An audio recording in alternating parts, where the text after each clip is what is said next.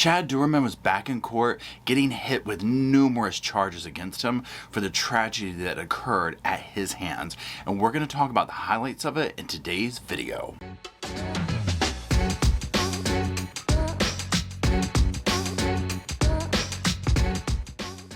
Hello Sofa Squad and welcome back to this sofa. And guess what? Today, if you've been following, you know our mascot Roscoe has been gone, but he is back. He's in the corner sleeping as he always does. And my name is Paul. And like I said in our introduction, we're going to be talking about the Chad Doerman case today. Now, for those who are not familiar with this case, this is the man that took his 3 sons and executed them recently. It's absolutely horrible. This is out of Ohio. He did, have that initial court appearance, and now he's back in court. They went over the countless charges that have been stacked against him. And what we're going to do in this video, and this might be actually kind of a shorter video, we're going to look at some of the clips of it and talk about the highlights of it, and I'm going to give my opinions. Now, as I always like to say, I am not any kind of certified professional up in here. I'm not a doctor, a lawyer, a cop, a therapist, any of that fancy stuff. I'm just a guy with a sofa and a dog and some opinions on true crime. So please just remember, they're just my opinions. I urge you to do your own research, come to your own conclusions, and talk about it in the comment section below. Now, before we do get started, let's give a warm sofa welcome to today's sponsor, Care Of. So Care Of is a subscription service that sends high quality, personalized vitamins, supplements, powders to your door every month. I really enjoy the way it comes. It has a cute box here, and then when you open it up, they're so easy and convenient with the way they do this. Now, I'll put them on the table here in a second and you can see, but I just wanted to see what it looked like taking them out of the box here. And for this one, there's 2 of them in here. Just like that. These are great to put like wherever your morning routine is. For me, I usually put them in my bathroom. They're right there. I bring a bottle of water in there for after the shower, and I just boop, boop, boop, and then I'm all ready to go. I also love how it says, "Hi, Paul." Isn't that adorable?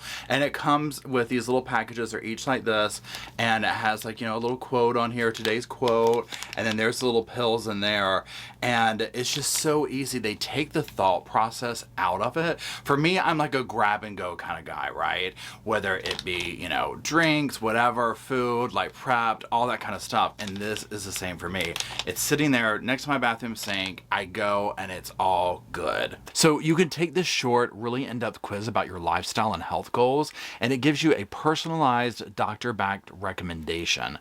Now, one thing I really love about this is that you can retake this quiz anytime to switch the packs up as your lifestyle and needs change. The quiz is easy that you take. It comes with all of this information, and they're so transparent about their products, and that's an absolute must for me. I finally have been able to stay on track with taking my vitamins regularly, consistently, and I feel overall great. For 50% off your first Care Of order, go to takecareof.com and enter code REPORTINGLIVE50.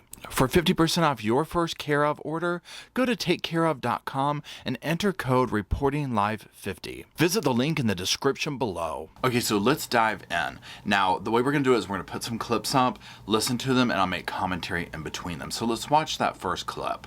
Count 1, aggravated murder pursuant to Ohio Revised Code 290301A. There are multiple aggravating circumstances specifications attached to the underlying charge, including victim under 13 specification, force of conduct specification, felony murder specification, and firearm specification. The possible penalty, if convicted on the underlying charge of aggravated murder, as well as any of the aggravating circumstance specifications, is recommendation of death, life without parole, life with the possibility of parole after 30 years, life with the possibility of parole after 25 years. The firearm specification carries with it 3 years mandatory, which must be served prior to and consecutive to any imposed prison sentence. There's also a possible fine of $25,000. If there is ever a case for old Sparky, this is it.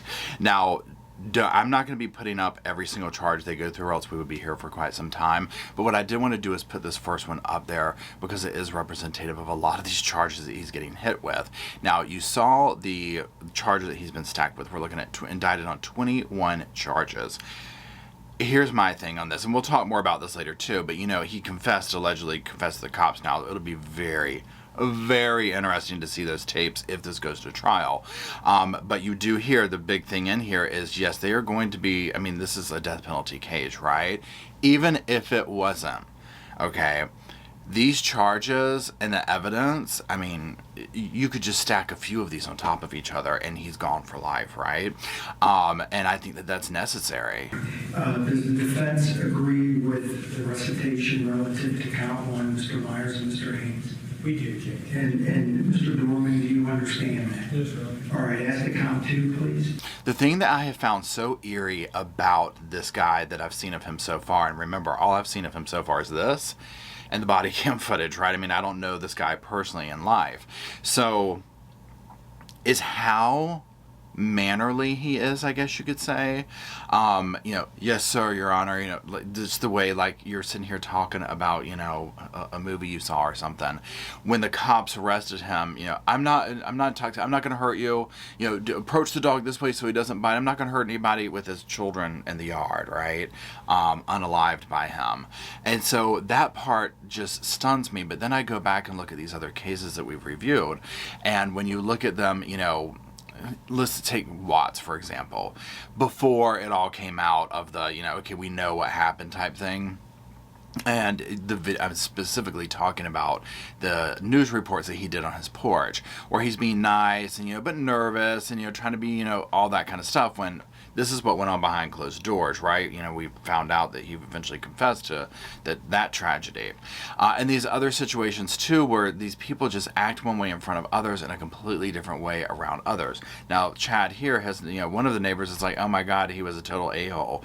He was always yelling at the kids, yelling at the wife, just mean. And I think that's probably the real Chad. And so this fake persona that we're seeing of him presenting himself in a certain way is just that, his mask that he wears for the public. Specifications, the victim under 13 specification, force of conduct specification, and felony murder specification, as well as that firearm specification. The possible penalties if convicted of the aggravated murder, as well as any of the aggravating circumstance specifications. Okay, now the reason I put that up there is not so much what she's saying, but the look on his face. He's just sitting there, and I'll put a little shot of it up. He's just sitting there kind of staring off into space, looking down where these horrifying charges are being read out. And this is one of the things, someone asked me in a live chat the other day, or in a question that I answered, basically, like, what are some of the answers I would like to get out of true crime and whatnot? And my answer was, like, the why, like, just a definitive why. We can piece the puzzle together, but at the end of the day, we're not in Chad's mind, right? Now, this does look like a retaliation type thing, a getting back type thing, at the wife, at his, he was the abuser, they were the abused, right? And this was the ultimate way to get back at her. And that's my opinion, right? I mean, I don't know, this is not a fact, right? This is just kind of where I'm going off on my own little sofa tangent over here. But to see him sitting here looking in court the way he is, and I keep looking that way because I'm looking at the screen, I just wonder why. And is he having this thought? Is he sitting there thinking, well, look at where I'm at now. My life is over. Notice that I say my life is over. Nothing to do with the victims or his wife, right? I think a person like him, it would all be centered around what he has lost. The children and whatnot would be like a secondary thing, almost to garner a victimization of himself, if that makes sense. But again, this is just my opinion here. But he's just kind of sitting there like they're just reading off, the ingredients to, some stovetop to him. Like, okay, just nothing there. All right, I think that covers the entirety of the indictment. It does, Your Honor. All right.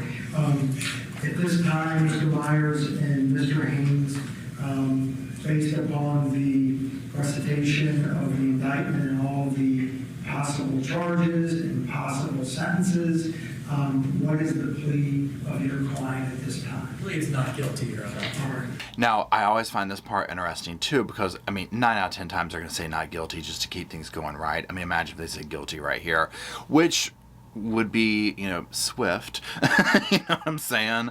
But again, this guy confessed. If you watch the body cam footage, they're getting him off the porch with a rifle. The only thing I could see this man doing is trying to come up with some kind of an insanity thing. But I don't know how he would walk himself out of it. It sounds like he gave them a solid confession. There was nothing incoherent. When they picked him up, nothing's wrong. I'm okay. His father's already come out saying, oh, he's never shown any signs of this or that. So I don't see how he could even claim that. And again, we don't know if he will or not, right? They might just be buying time.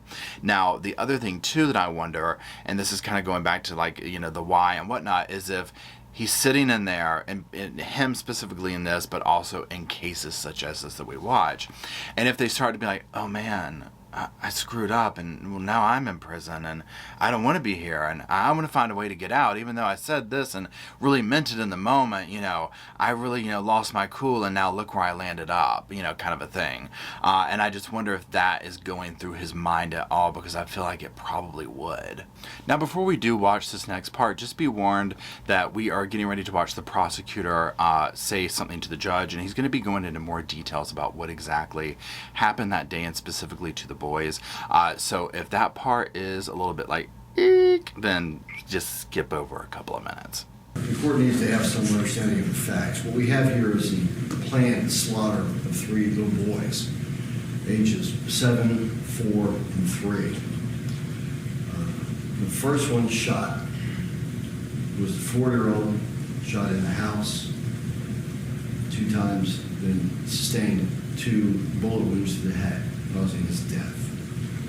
The second child shot was a 7-year-old who fled the residence, ran some 300 feet from the residence, and was gunned down from behind by the defendant. We then approached this little boy who was injured, incapacitated, alive, shot him in the head twice from close distance.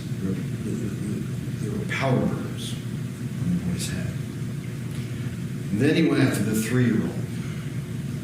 And there was a struggle with the mother. He ripped the child from the mother's arms and put a bullet in his head.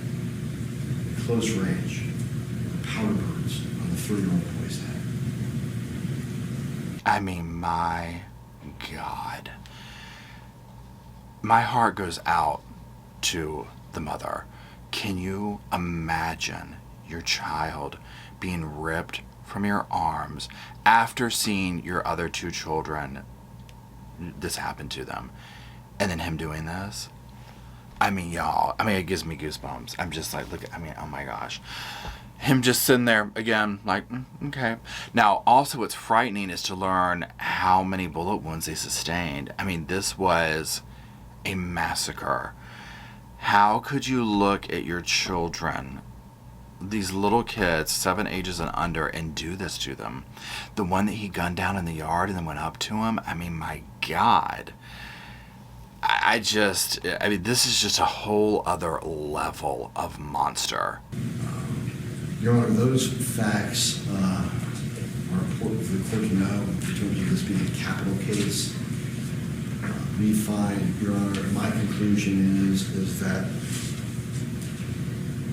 proof is evident and the presumption is great, and that he be held without bail. Thank you. All right. So you heard capital case. They're requesting no bail. Now the judge will grant this no bail, obviously, right? This guy is just 100% does not ever need to see the light of day ever again. So here's my thing with this. I'm very curious to see how this plays out in court. Again, the evidence stacked against him is so damning and so obvious. For me, it would come down to the only reason to go to trial is the why. You know what I'm saying?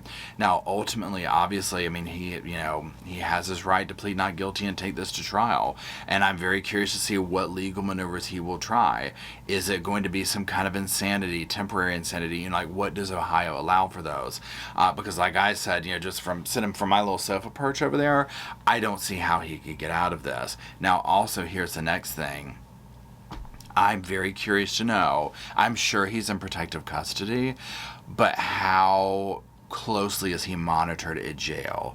Because this kind of crime right here, I'm like, this ain't gonna go over well with staff and inmates, right? This is insane. Not in the legal kind that he can get away with it, but you know what I'm saying. So I'm very curious to know what kind of how are they protecting him from himself and others at the jail? If this makes it to trial, what will happen? And y'all already know if he gets through the trial, does all this, gets sent to the big house. I mean, come on. Like, this is, how long do we think that he'll last in there? Obviously, again, like I said in the beginning, if there was a case for old Sparky, this is it right here. Again, my heart goes out to the mother, and not just the mother, obviously, the daughter, other survivors, the people who encountered the situation, the first responders, the police, everybody. This is traumatizing for everyone. And I know that the mother especially just has to be devastated. Her world came to a crashing end at the hands of this monster. Now, I'm curious to hear what you think. What do you think how do you think this will play out in court? Do you think it'll go to trial? Do you think it'll plead insanity? I want to know. Drop in the comment section. And if you're still watching, throw some congratulatory sofas now for Roscoe to sit on. And that's it. I appreciate you being here. And until we gather around in the comments to keep the conversation going, I'll see you there.